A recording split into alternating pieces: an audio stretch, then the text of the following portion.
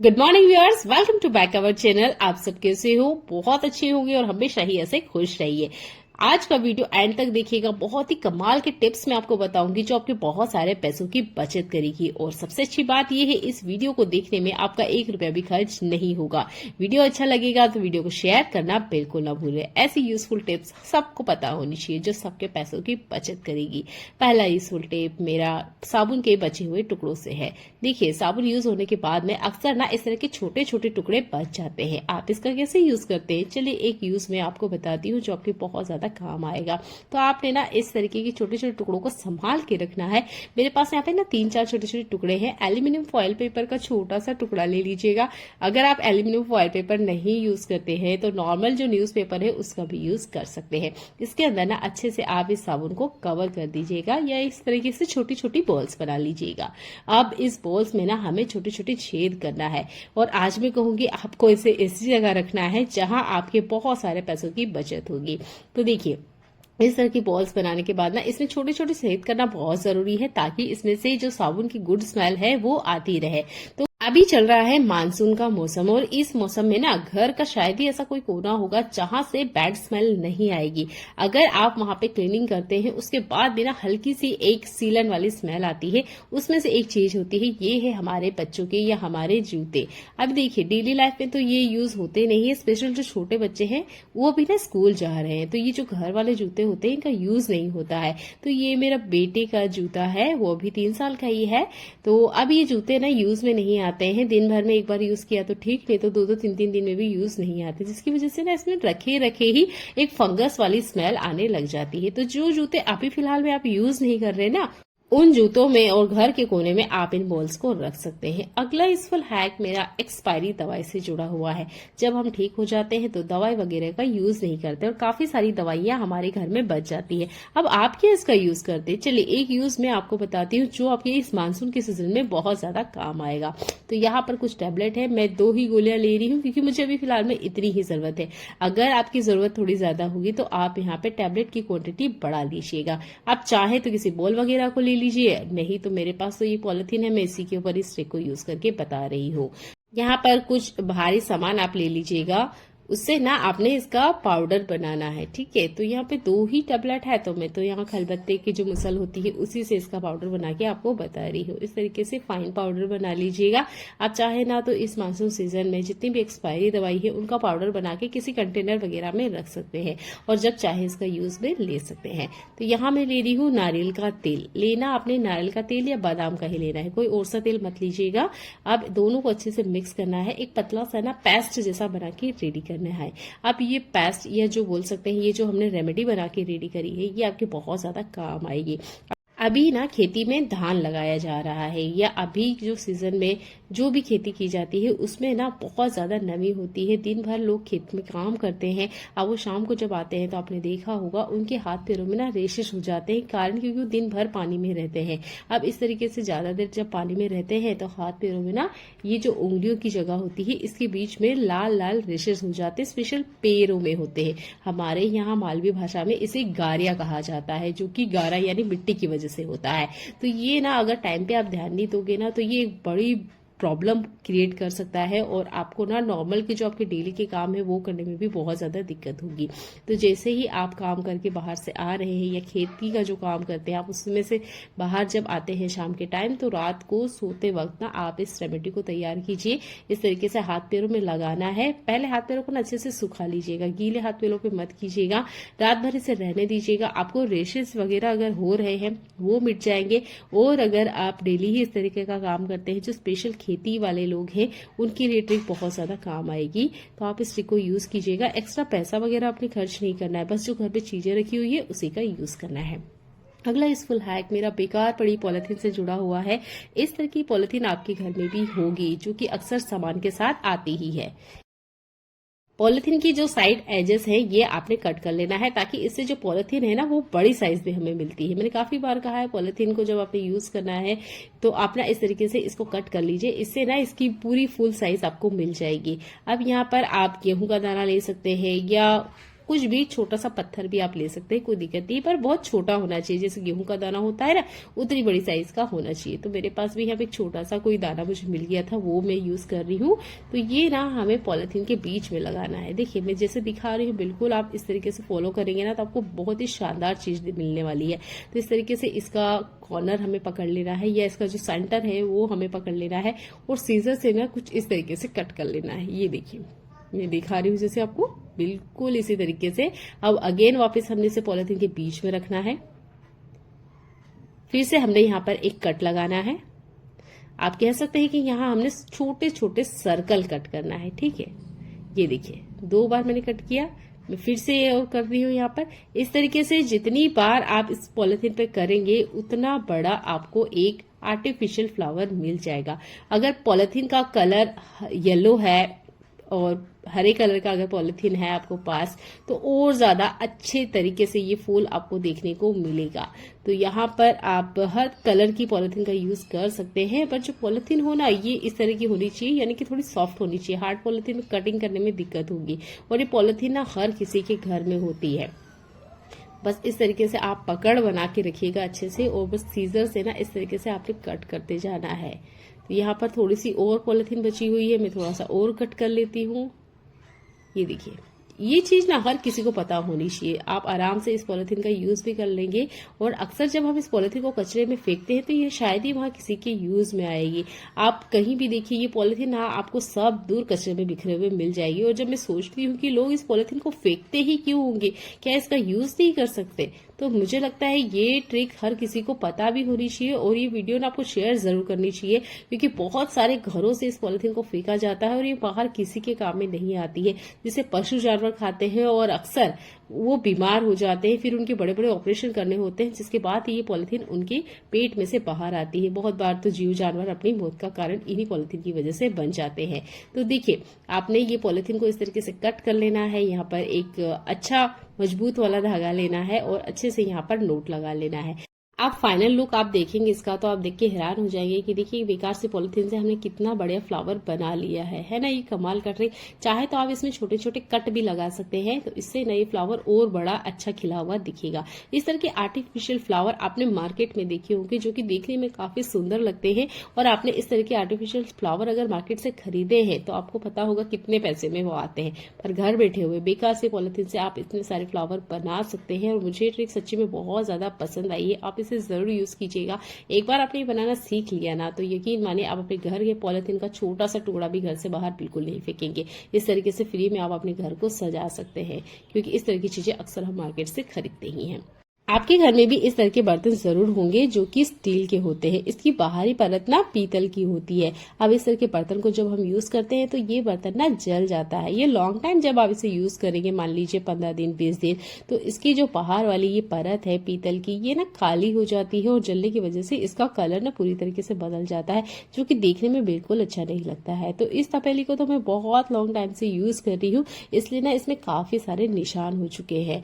तो यहाँ पर मैं इसका आपको कलर चेंज करके बताऊंगी, या घर बैठे ही इसका जो पीछे वाला हिस्सा है इसे अच्छे से बड़ा क्लीन करके बताऊंगी। तो आप कोई सा भी टूथपेस्ट ले लीजिए जो भी आप यूज करते हैं, और उसके बाद में हमने लेना है नॉर्मल सा स्क्रबर, और यहाँ पर हमें पानी की बजाय यूज करना है व्हाइट विनेगर, जो कोलगेट और व्हाइट विनेगर होता है। जब ये दोनों चीजें मिक्स होती है एक रिएक्शन होता है जो कि जंग वाली सरफेस को भी क्लीन करता है, पीतल को भी क्लीन करता है, स्टील को भी क्लीन करता है। मैं 3 चीज आपको बता रही हूँ, तीनों पर आप कोलगेट और विनेगर मिक्स करके अप्लाई करेंगे तो तीनों ही सरफेस पे आपको बहुत अच्छा रिजल्ट मिलेगा। आपने इसे अप्लाई करना है, 1 मिनट के लिए छोड़ दीजिएगा ताकि ये अच्छे से काम करे। इसके बाद में अगेन आपने बिना पानी डाले हुए, यानी कि सिर्फ आपने व्हाइट विनेगर यूज करना है और स्क्रबिंग करना है। बहुत अच्छा सा आपको रिजल्ट मिलेगा, यकीन मानिए। एक बार तो इसे करके देखिएगा, अगली बार आप महंगे केमिकल या महंगा पीताम्बरी बिल्कुल मार्केट से लाना भूल जाएंगे। घर बैठे आप इसे अच्छे से क्लीन कर सकते हैं। आप इसे एल्यूमिनियम पे भी ट्राई कर सकते हैं, ठीक है। तो आप इसको अप्लाई कीजिए और फिर मुझे कमेंट करके बताइए क्या ये ट्रिक आपके लिए काम करती है, क्योंकि इस तरह के बर्तन जब हम डेली लाइफ में यूज करते हैं तो ये बहुत ज्यादा गंदे हो जाते हैं, काले हो जाते हैं, जो कि देखने में बिल्कुल अच्छे नहीं लगते हैं।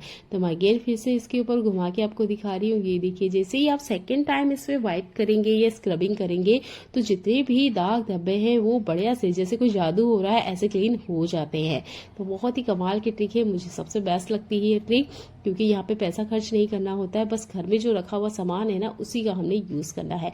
यहाँ पर स्क्रबर पे सारी गंदगी आ चुकी है, देखने में ऐसा लग रहा होगा शायद ही क्लीन नहीं हुआ है। चलिए मैं एक बाउल में या एक मग्गे वगैरह में पानी में आपको निकाल के बताती हूँ कि इस स्क्रबर के ऊपर कितनी ज्यादा गंदगी आई है। तो यहाँ पर मैंने एक पानी का मग्गा लिया है, इस स्क्रबर को मैं इसके अंदर डीप करूंगी। पानी आप देख सकते हैं बढ़िया से क्लीन है। अब इसको जैसे ही हम डालेंगे देखिए कितनी सारी गंदगी इस बर्तन के ऊपर से बाहर आई है। ये नॉर्मल बर्तन धोने के तरीके से बाहर नहीं आती है, क्योंकि इस बर्तन का मैं डेली यूज करती हूँ चावल बनाने के लिए। पर ये जो बर्तन है ये क्लीन होता ही नहीं है, होने का नाम ही नहीं लेता है। तब ना कुछ स्पेशल नुस्खे हमें अपनाने होते हैं, उसके बाद ही ये बर्तन क्लीन होते हैं। अब मैं फाइनल रिजल्ट आपको दिखाती हूँ। ये देखिए, इसके ऊपर की पीतल की परत है बढ़िया से अच्छे से चमक गई है। तो इस बर्तन को तो मैं काफी लॉन्ग टाइम से यूज कर रही हूँ। इसका जो पीतल है वो लगभग ना नीचे वाले तले से थोड़ा सा घिसने भी लग गया है। आप इस तरीके को अप्लाई कीजिए, फिर मुझे कमेंट करके बताइए क्या आपके लिए यूजफुल है। अगर आपको लगता है कि ये ट्रिक बहुत ही ज्यादा काम की है तो इस वीडियो को शेयर करना बिल्कुल ना भूले, क्योंकि इस तरह की ट्रिक ना सबको पता होना चाहिए, जिससे वो घर बैठे काफी सारे पैसों की बचत कर सकते हैं। आपके घर में पीतल के बर्तन है तो उसे धोने के बाद अक्सर आप सॉफ्ट कपड़े से या कॉटन कपड़े से वाइप करें, उसके बाद ही रखें, नहीं तो फिर से इस पे निशान आ जाएंगे। अगला यूजफुल हैक भी मेरा पैकेट नुमा खाने से जुड़ा हुआ है। तो इस तरह के पैकेट में काफी सारा खाना हमारे घर में आता है। अभी चल रहा है रेनी सीजन, और हम क्या करते हैं जब पैकेट में से खाना निकालते हैं या इस तरह के नमकीन वगैरह है, बिस्किट वगैरह है, तो हम ना क्या करते हैं कंटेनर लेते हैं और उसके अंदर डाल देते हैं। जितना हो सके कोशिश कीजिएगा रेनी सीजन में ये गलती करने की कोशिश ना करें, कंटेनर में ट्रांसफर ना करें। अगर आप इसे डेली लाइफ में यूज कर रहे हैं तब तो कंटेनर में मत ट्रांसफर कीजिएगा। ये मेरा पर्सनल एक्सपीरियंस है। कंटेनर में रखने के बाद ये बहुत जल्दी सीलन पकड़ लेते हैं, अगर एयर टाइट ना हो तो। अगर एयर टाइट कंटेनर है तब तो आप आराम से रख दीजिएगा, कोई दिक्कत नहीं है। अगर आपके पास एयर टाइट कंटेनर नहीं है तब आप क्या कीजिए, ये जो पॉलिथीन में खाना आया है या बिस्किट है या जो भी इस तरीके से पैकेट में सामान आता है, चिप्स वगैरह हुई, इसको पैकेट में ही रहने दीजिएगा, ठीक है। बस इस तरीके से अच्छे से फोल्ड कर लीजिए और यहाँ पर आप क्लॉथ क्लिप, सैलो टेप लगा सकते हैं, क्योंकि ये चीज तो मेरे यहाँ डेली ही यूज में आती है, तो मैं तो इस पैकेट में से नहीं निकालती हूँ। और आज तक मैंने कभी नहीं देखा है कि इसमें सीलन आ चुकी है या किसी वजह से ये पैकेट में जो भी खाना आता है ये खराब हो चुका है। आपके पास अगर कोई खाली कंटेनर ना हो तब भी आप इस ट्रिक को यूज कर सकते हैं। बहुत ही कमाल का ट्रिक है, जरूर यूज करके देखिएगा। इस तरह के स्टील कंटेनर में हमारे दादी नानी के टाइम से तेल घी रखा जाता है। अब क्या होता है जब इसमें रखते हैं तो लॉन्ग टाइम ये है ना धूल मिट्टी पकड़ लेते हैं और बहुत ज्यादा ना चिपचिपे हो जाते हैं। तो इसे क्लीन करने का एक तरीका मैं आपको बता रही हूँ। यहाँ पर मैंने जिस कढ़ाई को लिया है इसे भी मैं क्लीन ही करने वाली हूँ, इसलिए मैंने कढ़ाई का ही यूज किया है। आप चाहे तो इसे कुकर में भी अप्लाई कर सकते हैं। तो यहाँ लेना है हमने मीठा सोडा। मीठा सोडा जो होता है हर सरफेस की गंदगी को बहुत अच्छे से फुला के बाहर निकाल देता है, तो आपने ये डालना बहुत जरूरी है। इसके बाद में डिश वॉश जेल है, ये डाल लीजिएगा। इसमें ना थोड़ा सा पानी ऐड किया हुआ है। आप अगर प्योर ले रहे हैं जैसे कि ये वीम जेल लिक्विड है तो आप यहाँ पे आधी चम्मच लीजिएगा, और अगर इस तरीके से थोड़ा सा पानी वगैरह मिला हुआ है ना तो इसकी क्वांटिटी डबल कर लीजिएगा और इन दोनों को अच्छे से मिक्स करना है, बॉयल आने दीजिएगा। और ऐसे बर्तन जो कि नॉर्मल साफ करने के तरीके से क्लीन नहीं हो रहे हैं वो आपने इसके अंदर डीप कर देना है। उनमें से एक बर्तन और है, ये होती है स्टील की छलनी। ये चाय की छलनी, जब हम इसे भी इस्तेमाल करते रहते हैं तो इसमें जंग वाले निशाने आ जाते हैं। दूसरा, इसमें बहुत छोटे पार्टिकल ना छलनी के अंदर अटक जाते हैं जो कि नॉर्मल बर्तन धोने के तरीके से बाहर नहीं आते हैं, तो इन्हें डीप क्लीन की जरूरत होती है। अगर आप इसे ठीक से क्लीन नहीं करेंगे तो ये बहुत जल्दी खराब हो जाते हैं, जो हमारी हेल्थ के लिए नुकसानदेह होते हैं। तो आपने इस सॉल्यूशन में इन्हें डीप कर देना है। एक बार बॉयल आने दीजिएगा, उसके बाद में मीडियम फ्लेम पर कम से कम 5 मिनट का आप टाइम जरूर दीजिएगा और इन्हें अच्छे से इसके अंदर रहने दीजिएगा। जब ये बढ़िया से रूम टेम्परेचर पर आ जाएगा तब आप निकाल लीजिएगा। तो यहाँ पर एक तेल का बर्तन भी है और एक है छलनी। अगर इस तरह का और कोई बर्तन है तो वो आप इसके अंदर बिल्कुल डिप कर सकते हैं। आप यहाँ पर बिल्कुल इस तरीके को स्टील, एल्यूमिनियम, पीतल कांसा के बर्तनों पे अप्लाई कर सकते हैं। यहाँ एक और मेरे पास दिया है, ये भी लगभग खराब हो चुका है, काफी ज्यादा चिपचिपा है, तो इसको भी मैं डिप कर दे रही हूँ। जब ये अच्छे से रूम टेम्परेचर पे आ जाएंगे तब मैं आपको इसको क्लीन करने का तरीका बताऊंगी। तो कोई सा पुराना टूथब्रश ले लीजिएगा। अगर आपके पास स्टील वाला है तब तो बहुत अच्छी बढ़िया बात है, एक ही बार में अच्छे से क्लीन हो जाएंगे। मेरे पास ये नॉर्मल टूथब्रश है, तो देखिए सारी की सारी गंदगी ना टूथब्रश के ऊपर आ गई है। अब यहाँ ना आपको मेहनत बिल्कुल नहीं जाने वाली है। अगर आपको ऐसा लगता है कि हमें बहुत ज्यादा स्क्रबिंग करनी पड़ेगी, बिल्कुल नहीं। ब्रश का इसलिए यूज किया है क्योंकि इनकी डिजाइनिंग कुछ इस तरीके से होती है कि इसके अंदर ना काफी सारी धूल मिट्टी बैठ जाती है। अब ये छोटा सा जो मेरे पास बर्तन है, देखिए ये अंदर तक बहुत अच्छे से क्लीन हो चुके हैं। इसके आसपास जितनी भी गंदगी है ये भी आसानी से क्लीन हो चुकी है। तो इस तरीके को जरूर अपनाइए और इस तरीके के जो छोटे बर्तन है जिसको क्लीनिंग करने में दिक्कत होती है वो भी बड़ी आसानी से क्लीन हो जाएंगे। चलनियाँ तो हमारे घर में होती है तो इनको तो क्लीन करना बनता ही है। तो उम्मीद करती हूँ ये ट्रिक आपको पसंद आया होगा। अगर आपको ये ट्रिक पसंद आता है तो चैनल को लाइक और शेयर कर दीजिएगा। वीडियो को शेयर करना बिल्कुल ना भूलें, क्योंकि ये ट्रिक ना हर किसी को पता होना चाहिए कि वो घर बैठे ही इन्हें अच्छे से क्लीन कर सकते हैं। चलिए देख लेते हैं एक और अगला यूजफुल ट्रिक। इस तरह की लोहे की कढ़ाई जब हम इसे यूज करते हैं तो ये भी ना गंदी हो जाया करती है। इस लोहे की कढ़ाई की हालत बहुत बुरी है, तो मैं ना इस ट्रिक को हफ्ते में एक बार अप्लाई करती हूँ, तो आप भी जरूर कीजिएगा। जो भी आपका लोहे का बर्तन है यूज करने के साथ इस तरीके से हो जाता है तो आप ना यहाँ पर पीताम्बरी पाउडर का यूज कर सकते हैं। पीताम्बरी पाउडर का यूज ज्यादातर हम पीतल और कांसा के बर्तन को क्लीन करने के लिए ही करते हैं, पर इससे ना आप लोहे को भी बहुत अच्छे से चमका सकते हैं। बस आपने स्क्रबर लेना है, ये केमिकल होता है तो थोड़ा सा टाइम लगेगा यहाँ पे। जैसे कि आप थोड़ा सा अप्लाई कर दीजिए, 3 से 4 मिनट के लिए छोड़ दीजिएगा ताकि इसकी परत ढीली हो जाए और फिर आप थोड़ा सा स्क्रबिंग करेंगे। आप देखेंगे बहुत अच्छे से क्लीन हो जाता है। चलिए थोड़ा सा पानी डाल के हम आपको दिखाते हैं।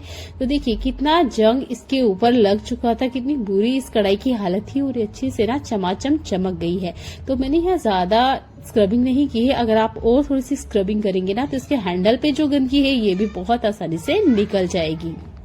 इस तरीके से बर्तन अगर चमकते रहेंगे तो आपको भी किचन में काम करने का मन करेगा और जो कोई बाहर से आएगा ना उन्हें भी दिखने में काफी अच्छा लगता है कि आपके बर्तन साफ सुथरे हैं। तो इस ट्रिक को अपनाते हुए हफ्ते में एक बार अपने बर्तनों को डीप क्लीन किया करें। रोटी इस कदर चिपक जाती है कि हमें पता ही नहीं चलता, या जो बिगनर्स है उन्हें अंदाजा नहीं होता कि वो इसे निकाले कैसे, स्पेशल इस तरह के नॉन स्टिक बर्तन पे। तो इस तरह के स्पैचुला हुआ या चाकू वगैरह हुआ, इसका यूज करने लग जाते हैं और इसको ना ऐसे खींच खींच के या इस तरीके से रगड़ रगड़ के निकालने की कोशिश करते हैं। ये गलती आपने नहीं करना है। आपने लेना है पानी, इसके ऊपर आप डाल दीजिए, कुछ मिनट्स के लिए मीडियम फ्लेम पर आप इसे चलने दीजिए। 3 मिनट का टाइम काफी होगा। अगर आपको जल्दी ही क्लीन करना है तो कम से कम 5 मिनट तो आप इसे रहने दीजिएगा। इसकी परत बहुत अच्छे से ढीली हो जाती है। लोहे का बर्तन हो तो चलेगा, आप वहां पर चाकू का भी यूज कर सकते हैं, इस तरह के स्टील वाले चमचे का भी यूज कर सकते हैं, घिस के आप निकाल सकते हैं। आपके बर्तन को कोई नुकसान नहीं होगा। पर इस तरह का नॉन स्टिक बर्तन है तो आपका बर्तन पूरी तरीके से खराब हो सकता है। अच्छे से बढ़िया से गर्म हो जाए। इस तरीके के स्पेशुला मार्केट में मिलते हैं जो स्पेशली सिर्फ नॉन स्टिक बर्तन के लिए होते हैं, तो इनका यूज कीजिए। इस तरीके से हल्के से आप उठाएंगे, कितना भी खाना जल गया हो, चिपक गया हो, जलना तो चले वो गलती से होता है, पर खाना चिपक जाता है, ये कॉमन चीज होती है बिगनर्स के लिए, तो ये प्रॉब्लम का कारण बन जाती है और फिर ना वो किचन में काम करना पसंद नहीं करते हैं। तो आप इस छोटे से स्टेप को फॉलो करते हैं। चाकू को मत यूज कीजिए, स्टील स्पैचुला का मत यूज कीजिए, इस वाले स्पैचुला का यूज कीजिए। ये सिलिकॉन के होते हैं, गर्म होने से कोई नुकसान नहीं होता है। आपका बर्तन भी बढ़िया से क्लीन हो जाएगा और हाथों हाथ आप देख सकते हैं जितना भी चिपकी हुई रोटी थी वो सारी की सारी ना ऊपर आ गई है। अगर आप बिगनर है या आपके रिलेटिव में या आपके बच्चे अभी किचन में काम करना स्टार्ट कर रहे हैं जिन्हें आप जानते हैं, तो उन्हें ये वीडियो शेयर कीजिएगा ताकि वो भी इससे जान पाए कि अगर इमरजेंसी किचन में कुछ इस तरीके से हो जाता है तो वो किस तरीके से अपने काम को कंटिन्यू करें और बर्तन को बढ़िया से क्लीन कर लें। कमाल का ट्रिक है, जरूर यूज करके देखिएगा। अभी देखिए बढ़िया से मैंने इसे निकाल लिया है और वैसे ही है जैसे कि ये तवा होता है। चलिए एक और कमाल का यूजफुल ट्रिक मैं आपको बताती हूँ। यहाँ पर एक बर्तन में मैंने थोड़ा सा पानी लिया है और यहाँ पे ये जो हरी साग होती है ये मैंने इसके अंदर डाल दी है। अगर आप ध्यान से देखेंगे तो आप देखेंगे मैंने इसको कट नहीं किया है। बहुत सारे बिगनर्स ऐसे होते हैं, वो हरी साग सब्जी खाना तो पसंद करते हैं पर तोड़ने का उनके पास टाइम नहीं है, तरीका पता नहीं होता है कि किस तरीके से हम इसकी तोड़ना स्टार्ट करें या कटिंग करें। तो क्या कीजिए, आप आप कढ़ाई ले लीजिए, तपेली वगैरह लीजिए, उसमें आधा गिलास इतना पानी डालिए और ये जो सब्जी है, हरी साग है, इसके अंदर डाल दीजिए। 2 मिनट का ही टाइम लगेगा, ये इस तरीके से नम पड़ जाएगी। नम पड़ जाने के बाद में आप नाइफ लीजिए और इस तरीके से कटिंग करना स्टार्ट कीजिए। अगर कटिंग करना नहीं भी आती है तो जिस तरीके से आप मेरे हाथों को देख रहे हैं कटिंग करते हुए, इस तरीके से अगर आप चॉपिंग भी करेंगे ना हार्डली या रफली, तब भी ये बहुत बारीकी से कट जाती है। ऊपर से ये स्टीम की हुई है तो बहुत जल्दी और आसानी से कटिंग हो जाती है। ये उन बिगनर्स के लिए ट्रिक है जो कि नहीं कटिंग करना पसंद करते हैं, उन्हें आता नहीं है या उनके पास टाइम नहीं है। बहुत सारी ऐसी गृहिणियां भी होती है जो हरी सब्जियों को चाहती तो है अपने खाने में यूज करना, पर वो बिल्कुल अपना टाइम खर्च नहीं करना चाहती, बहुत सारी बिजी भी होती हैं। तो आप ना इस ट्रिक को यूज करते हुए हरी सब्जी को पहले स्टीम कर लीजिए, इस तरीके से रफली चॉपिंग कर लीजिए, आपको ज्यादा मेहनत नहीं जाएगी और इसकी न्यूट्रिशन वैल्यू कहीं से भी कम नहीं होती है। ठीक है, ऐसा नहीं है कि सब्जी को स्टीम करेंगे तो सब्जी में जितने भी कैलोरीज होती है वो सारी खत्म हो जाती है, ऐसा कुछ नहीं होता है। इसका बस पानी आपने नहीं फेंकना है। ठीक है, इस पानी का आपने अगेन सब्जी बनाने में ही यूज करना है। तो देखिए सब्जी बहुत ही कम टाइम में आपकी बनके रेडी हो चुकी है। ये भी बहुत काम का टिप है, ये बिगिनर्स को बहुत ज्यादा पसंद आएगा। आप इसे जरूर यूज करके देखिएगा। आप मेथी, पालक, हर तरह की साग पर इसका यूज कर सकते हैं। अगला यूजफुल हैक भी मसाले से जुड़ा हुआ है। जब बिगिनर्स खाना बनाना स्टार्ट करते हैं, ये दिक्कत मेरे साथ भी हुई है, काफी बार हुई है। जब मैंने खाना स्टार्ट किया बनाना तो क्या होता, मसाले का अंदाजा नहीं बैठता था। ये जो खाना मैं बनाती थी वो दूसरों को पसंद नहीं आता था। रीजन होता था क्योंकि मुझे सब मसाले का सटीक मेजरमेंट नहीं पता होता था कि कितना मसाला डालना है। 1-2 बार मैंने अपने बड़ों से पूछा है कि उन्हें खाने में कितना मसाला पसंद है, तो उन्होंने बताया पिंच ऑफ हल्दी, 1 चम्मच लाल मिर्च, 1 चम्मच गरम मसाला, 1.5 चम्मच धनिया पाउडर, 1.5 चम्मच नमक। ये एक सटीक मेजरमेंट है सब्जी बनाने का 3 लोगों के बीच में। ऐसे ही आप अपने बड़ों से एक बार पूछ लीजिए कि वो कितना मसाला खाने में पसंद करते हैं। एक बार आप ये बनाना सीख गए ना तो आपकी सब्जी का जो स्वाद है वो बिगड़ेगा नहीं। एक बर्तन ले लीजिए, उसमें पहले मसाले आप सारे इकट्ठे कर लीजिए, फिर इसमें पानी मिला दीजिए। चाहे तो आप यहाँ खाने वाला जो तेल होता है वो भी ऐड कर सकते हैं, मैं तो पानी ही ऐड करती हूँ ताकि जब इसे हम गर्मा गर्म तेल में डालें तो हमारे मसाले जले नहीं। कितनी ही बार ऐसा होता है कि हम जल्दीबाजी में क्या होता है डायरेक्ट मसाले तेल में डाल देते हैं, अंदाजा बैठता नहीं है कि तेल गर्म है या ठंडा है, और ज्यादातर ना मसाले जल जाते हैं और उसकी जो धांस होती है वो पूरे घर में फैल जाती है और जो खाना बनाता है उसकी तो हालत खराब हो जाती है, क्योंकि सर्दी चालू हो जाती है, नाक बहना चालू हो जाती है और बहुत सारी प्रॉब्लम स्टार्ट हो जाती है। तो है ना, आप पहले मसालों को इस तरीके से एक बाउल में इकट्ठा कर लिए, फिर पानी मिला लीजिए। ये चाहे तो आप तेल भी ऐड कर सकते हैं। एक पेस्ट बनाने के बाद ही आप इसे तेल के झोंक में डालें, इससे आपका मसाला कभी नहीं जलेगा। ये बहुत ही कमाल की ट्रिक है। अगर आप कंटिन्यू किचन में खाना बना रहे हैं तब भी इसे यूज करके देखिएगा। उम्मीद करती हूँ आप में से काफी सारे लोग इसे यूज भी करते होंगे, तब भी ये आपको बहुत ज्यादा पसंद आएगी। और अगर कोई बिगनर है उसको तो ये बिल्कुल सोने पे सुहागा हो जाएगी। तेल कितना ही गर्म क्यों ना हो, अगर आप इस तरीके से मसाला बना के डालेंगे तो आपका मसाला कभी नहीं जलेगा, ना ही आपको मसाले की धास लगेगी। फिर लो फ्लेम पर कम से कम 1 से 1.5 मिनट तक इसे पका लीजिएगा, आपका मसाला आराम से पक जाएगा। सब्जी के स्वाद में कोई फर्क नहीं पड़ता है, बस आपने मसालों को ना पहले ही पानी में घोल लिया है, बस इतना सा आपने काम करना है और आपकी सब्जी का स्वाद बेहतरीन होगा। बिल्कुल ही बढ़िया आपकी सब्जी बनेगी। अगर आप बिगनर हैं, फर्स्ट टाइम भी आप बना रहे हैं ना, तो कोई दिक्कत नहीं होगी। इसके बाद में आपने जो भी साग है, सब्जी है या दाल वगैरह वो इसके अंदर डाल दीजिएगा। ये है नमक। अभी जो मानसून का मौसम चल रहा है ना, इसमें नमक गीला हो जाता है, पानी पानी सा हो जाता है। इसमें मैंने काबुली चने डाले थे, क्योंकि मैंने अपने बड़ों से सुना था कि जब काबुली चने आप नमक में डाल दोगे तो ये फूल जाएगा और इसके अंदर का जितना मॉइस्चर है वो खत्म हो जाएगा।